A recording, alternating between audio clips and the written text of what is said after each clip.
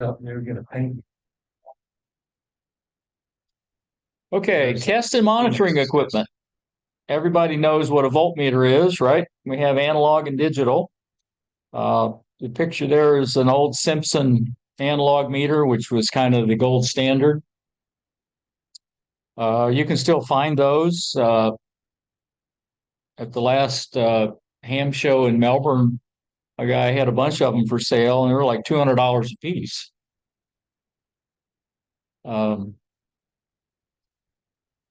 but they do have one advantage over a digital in that if you're trying to tune some circuit where you may need to look for minimum and maximum because it's an analog meter and the needle moves, it's easy to see that. It's very difficult to see that on digital meter.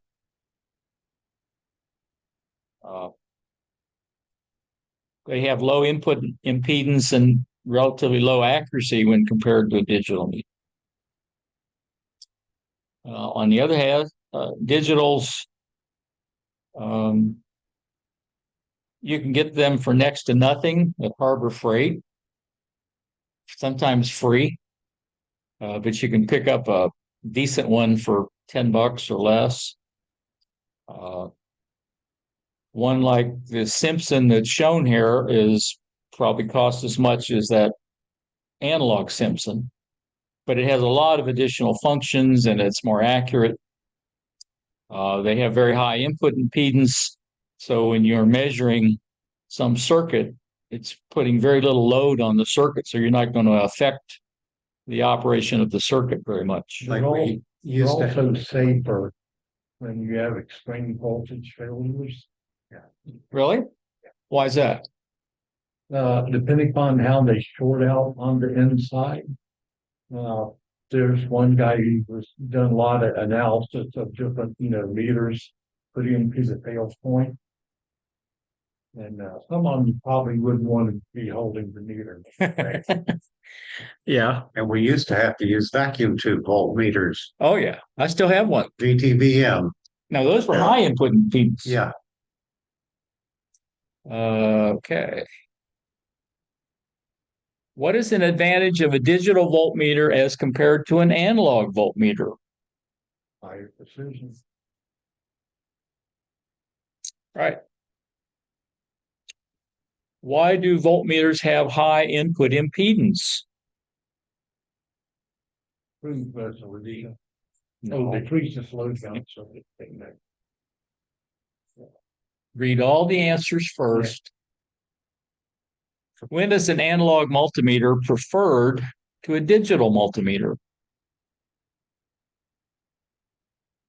the adjusting. Right. Because you can see the needle move easily.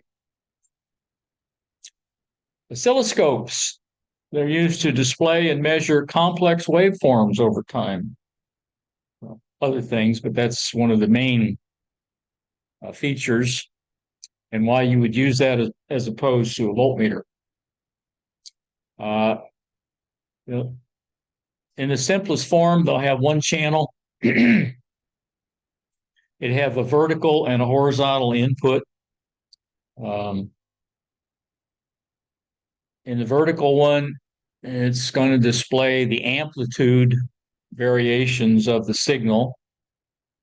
The horizontal channel, which we normally would call a time base, and you can select the frequency or the time for the horizontal display, which allows you to measure the frequency or the time duration of a waveform.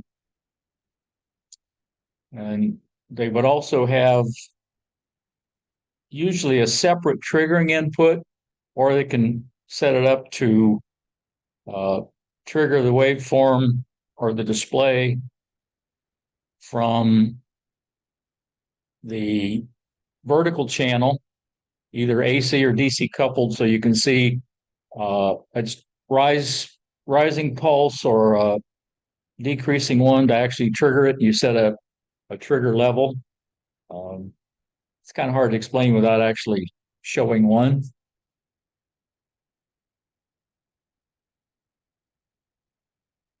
Here's a old timer analog oscilloscope. It's a dual channel. So you have separate controls for each of the vertical channels. You've got one horizontal time-based channel over here.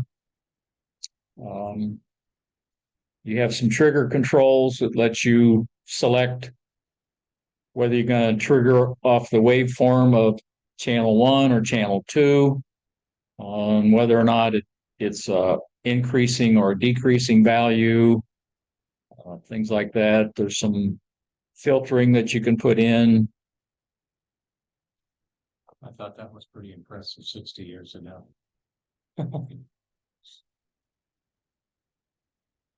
So what item of test equipment contains horizontal and vertical channel amplifiers?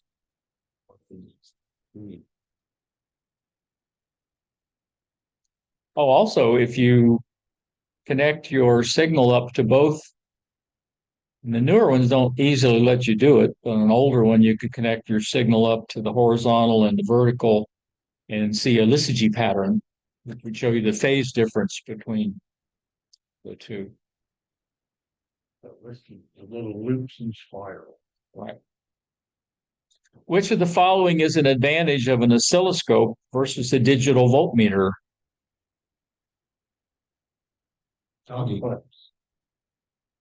Right. Applications. You can look at the RF envelope of your transmitted signal. You supply an attenuated RF output from your transmitter into the vertical. The newer oscilloscopes can maybe take 100 or 200 volts input. That's pretty impressive. That's impressive. Real impressive. Right. But it's not exactly right. And that's with a 10-to-1 probe, of course, which is attenuating it by 10 dB. And in the horizontal, you put in the modulating frequency or set the time base for that frequency so you can see a couple cycles. And you can actually see the RF envelope for CW or AM. Single sideband kind of funky. It doesn't exactly have a nice envelope. You can also look at transmitter keying waveform and see what the rise and fall time is, how sharp it is, and whether or not you're sending out chirps or harmonics, which is why for like CW, they do, what is it, cosine filtering, I think they call it, where they actually round off the edges of the dots and dashes so you don't get the harmonics and the what they call chirps. This is a modern, fairly well-known brand name. These are probably $400 or $500 for channel. This one might even be more. Very nice displays. They have digital signal processors in them, so they can do all kinds of calculations and stuff on the waveforms. The yellow is the envelope of something, I know not what, but it looks like an AM waveform envelope. What these others are, I'm not sure. The cyan one is some pulse. I don't know if it's associated with that or not. But other than the fact this has got 4 input channels or 4 vertical channels and an external trigger, 1 horizontal, functions are basically the same. It's just that this will do a whole lot more.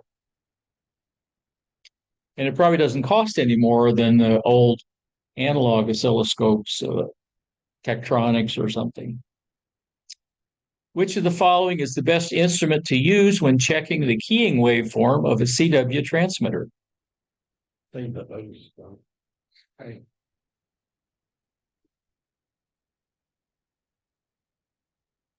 What signal source is connected to the vertical input of an oscilloscope when checking the RF envelope pattern of a transmitted signal? doggy. The attenuated RF output.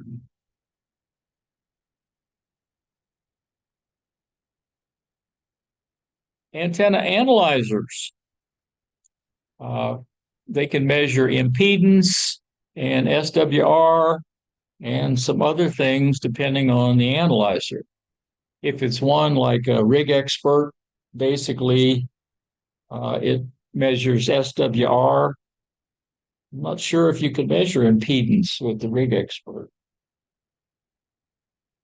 You should be. The high end one we used to use did. Okay, That was a $600. yeah. If you've got one like William here, the Nano VNA, it can measure a lot of things in addition to impedance and SWR. You can do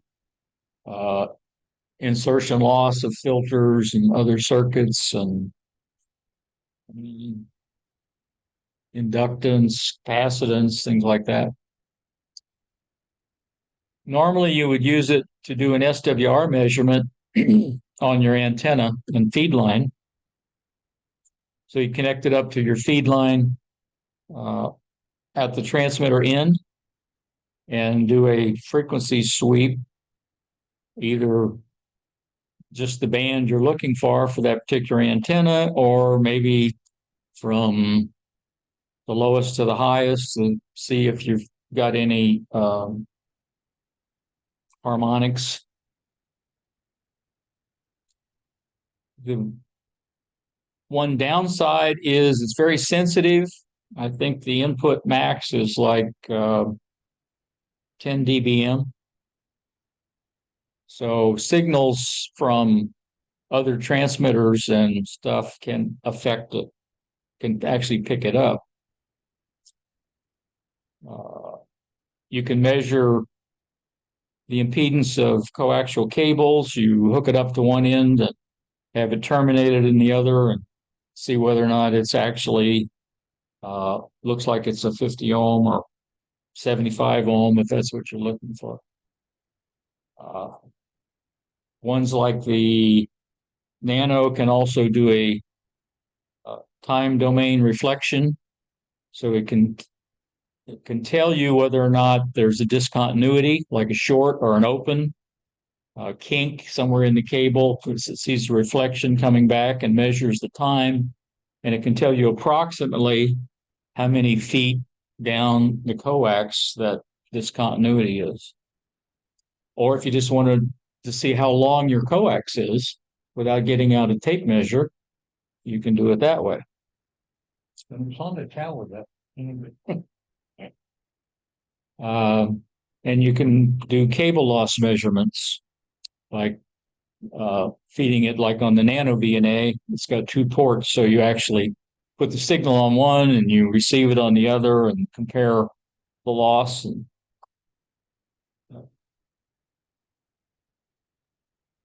here's one of the Nano VNAs. There's several versions of them.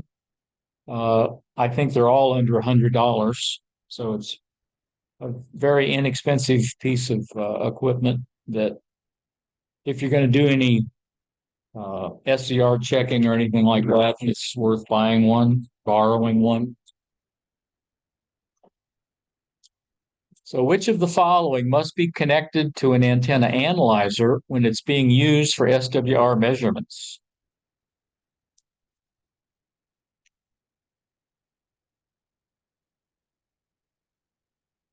Antenna and feed line. All right.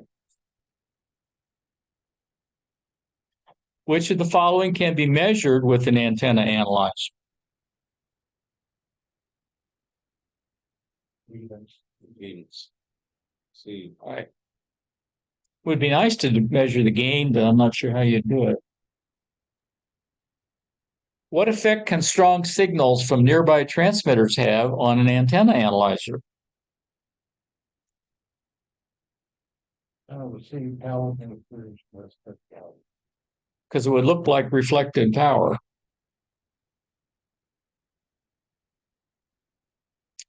Directional watt meters. That's another way to measure SWR. And they do it by measuring forward and reflected power independently, like in the antenna tuner we showed earlier that had the meter on it, the cross needle, which is doing the same thing. One of those was measuring forward power, one reflected power. And when they do that little red scale, they actually calculate it by doing this SWR formula where it's the ratio of 1 plus the square root of the ratio of reflected and over 1 minus the square root. It's approximately the ratio of things. Here's a typical standalone SWR watt meter with the cross needles. There's also digital ones that do the calculation digitally and just give you a digital display. And normally they will measure also watts and also SWR. In this one, it's got a peak and average and different and high and low ranges.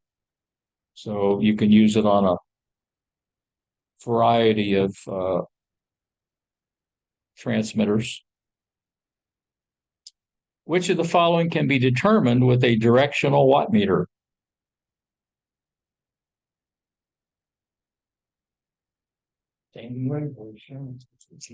SWR. Two-tone tests. This is used to measure the linearity of your transmitter. I'm not sure why it says single sideband. It should apply to any transmitter. And you do it by introducing two tones that are not harmonically related, which means they're not even or odd multiples of one another. And you feed those in and you look at the output on a scope or spectrum analyzer. And if it's perfectly linear, the only thing on the output would be those two input signals. If there's any non-linearity, you're going to get what's called intermodulation distortion. So you'll see other frequencies that are sum and difference of those combinations showing up. And depending on the amplitude of those unwanted frequencies will be an indication of how non-linear the amplifier is. And of course, the higher power you're running it at, the more nonlinear it may be, which is why you don't necessarily want to operate at maximum power. What transmitter performance parameter does a two-tone test analyze? It's that word I have trouble saying. Linearity. What signals are used to conduct a two-tone test? Bravo. Bravo.